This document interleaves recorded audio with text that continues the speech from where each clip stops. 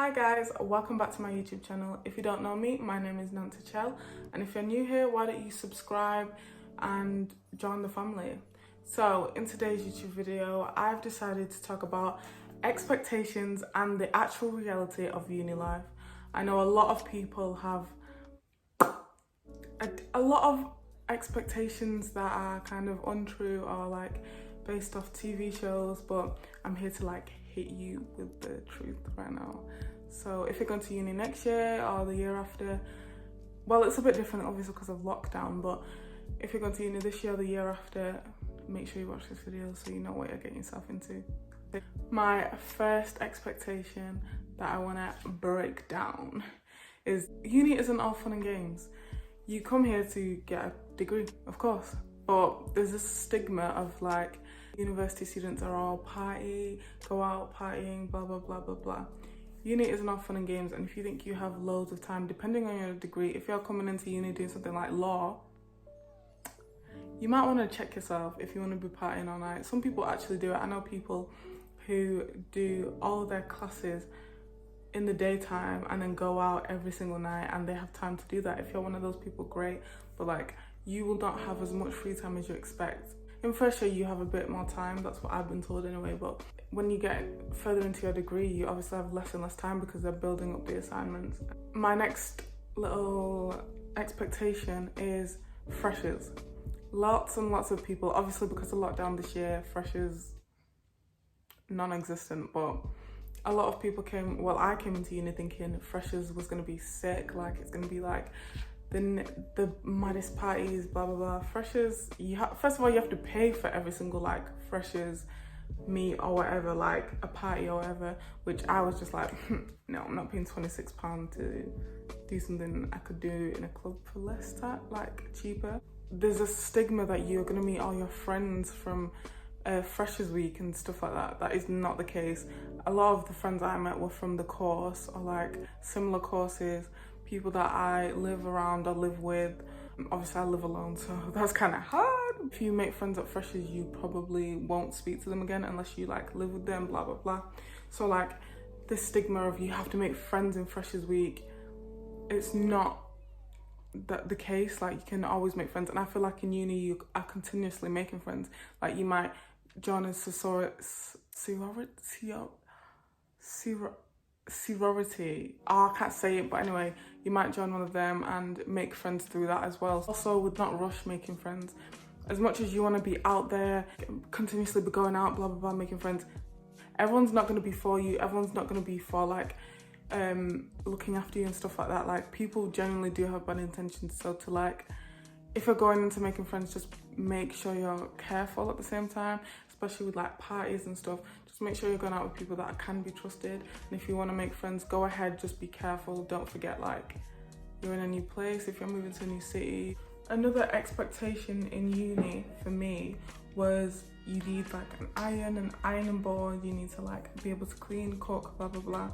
The cooking one is true because I'm just one of those people that like home cooked meals, but most of the people can live off like ready-made meals from Tesco, stuff like that. You will have enough time to do all of that. You won't need to like cook meals from scratch, but it's the healthiest option anyway. But also you don't need an iron or an ironing board. Like I remember a lot of people telling me, oh, you need an iron board. I don't have one of those.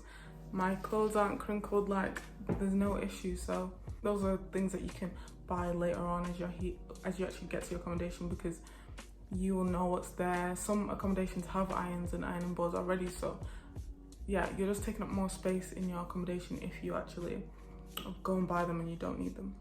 Another expectation that I'm breaking down is the expectation that house parties.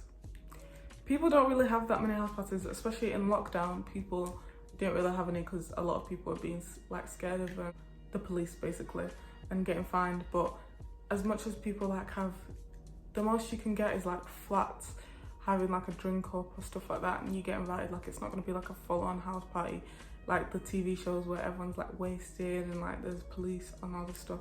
Like the most you're going to get is right now, because of lockdown, is like people asking you to come over for a drink, or your friends, just you and your friends in your flat having a drink. So it's not as wild and crazy as you expect it to be. My next expectation is you're going to be friends with all of your housemates that you live with if you share an accommodation.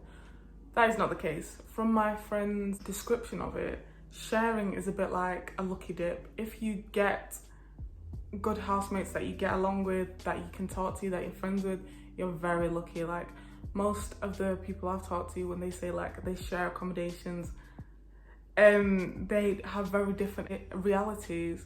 Like, some people get along with their flatmates and it's like a high and by situation, or some people don't at all. Like, they don't speak, it's weird, it's awkward. So depending on like who you're with, obviously give everyone a chance equally, but just don't expect to be best friends with everyone that you live with. Sure, you can have a drink with them, you can have a chat, but everyone's not going to want to genuinely like have a drink and do all those things, because people are different at the end of the day.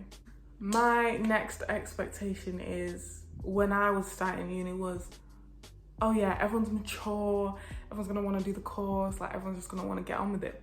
Not the case.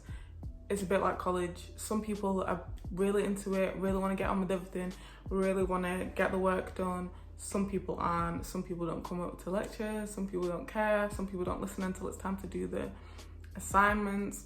So like, it's just college but a higher degree, that's it. Like, but as well as that, the lecturers aren't calling you like, where were you last lecture? Like, they don't chase up you, so you have a bit more independence. My next expectation is, you'd think it's obvious, but your old friends from back home. So if you move away, you expect to like stay in contact with all your friends from high school, college, whatever. If your friends are real friends, you will stay in contact with them. I know I talk to my best friends still who are in Liverpool constantly. Like, I talk to them, well, constantly, I'd say like twice a week or in a week. It's still like a functioning relationship. Some other friends, like, you kind of wean people out, and it's kind of like a growing of yourself. You kind of just grow out, and the people that are meant to be there will stay, and the people who aren't, they just get left behind. And it's just one of those things that you realize is just natural. Like, it just happens with life, and you shouldn't be upset about it.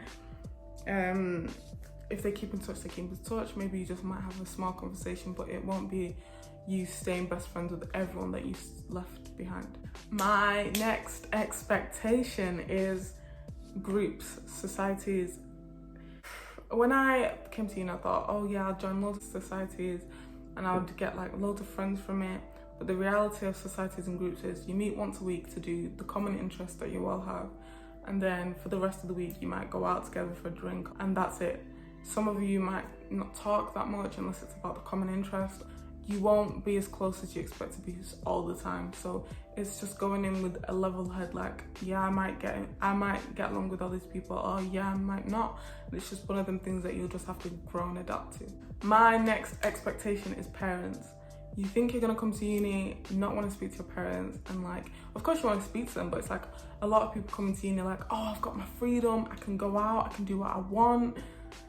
Especially for like, if you had quite strict parents, you might think that, but really and truly, I'm telling you right now, you're gonna miss your parents so much. Like, I think I call my mum every single day just to like say hi, how are you? Like, it's nice to have just a conversation that's not about uni, that's not about drinking, that's not about like what everyone else wants to speak about. So, because it's my mum at the end of the day, so it is quite different. Like, it's healthy to have space, and also it's healthy to keep in contact and make sure you have some type of relationship, because your parents will always be your parents and you will miss them.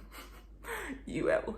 But definitely do not go home till like December time if you're just starting, because you will feel homesick. If you just go home and stay home, it's going to be like a very sticky one for you, because you'll miss them and you won't want to leave. My last and final expectation, and this is the one you've all been waiting for. I've been seeing it in your eyes.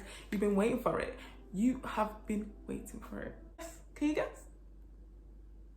Student finance. Oh yes, oh yes. And you lot are excited because obviously I know most of the people only come to the uni because of the student finance, but whatever. Okay, let me break this down for you, for some of you that have this expectation that you're going to be balling. No, you're not. Student finance only give you enough money to basically live off.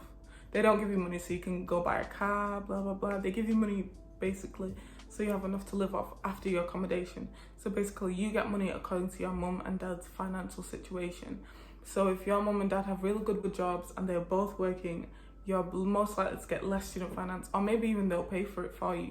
But if you have like a single parent mother or father, or whoever looks after you, and they've not got the biggest income yearly, you will get more. So student finance is between 6k to 9k, depending on if your parents both work, if you have one parent in the house, and how much they earn yearly. And that can vary, and that can even be less if you choose to live at home, or if you choose to go to an accommodation. So you usually get more when you choose to move out of your house. If you don't move out of your house, you will have less money, because obviously you don't need to have money for rent. But student finance basically give you enough money to live in your accommodation, but to basically have food, and that's it. But if you're very like careless with your money and you just go out and spend it on shoes, blah blah blah, you will have less money to like have food and stuff like that. So it's all about budgeting, and most people are left with like, after depending on your accommodation, how much it is, you're basically left with like £1,000 or £900 in your account type of thing after student accommodation. So you do have a lot of money, but to live, that's for like 3-4 months, to live off £1,000 or £900 for 4 months. It can be quite little if you're bougie like me. But anyway, yeah, I had to get a job because I was like, listen, I need to go out, I need to live my best life, and I can't do that off £1,000 for 3 months. If you split that up, that's like £300 a month. See what I mean? Nah. So guys, that is all my expectations and the realities of uni that I could think of. So if you want to hear more videos like this, I plan on doing a few more uni videos and stuff like that, because I know you guys enjoyed them and you guys are getting ready for uni. So let me know what you want to know. I might even do a Q&A for people that want to ask specific questions. But I hope you guys enjoyed the video. Thank you for all the people that keep subscribing, and yeah, just keep being active. Like, comment, and yeah, like and comment what you want to see more of. If you want to see more uni videos, if you want to see more skincare videos, I might have a skincare video coming out next week. It depends how I'm feeling. But now let me know what you want to see, and keep subscribing, keep sharing, keep spreading the love. Thank you guys, and I will see you in my next video. Thank you for watching, and bye guys.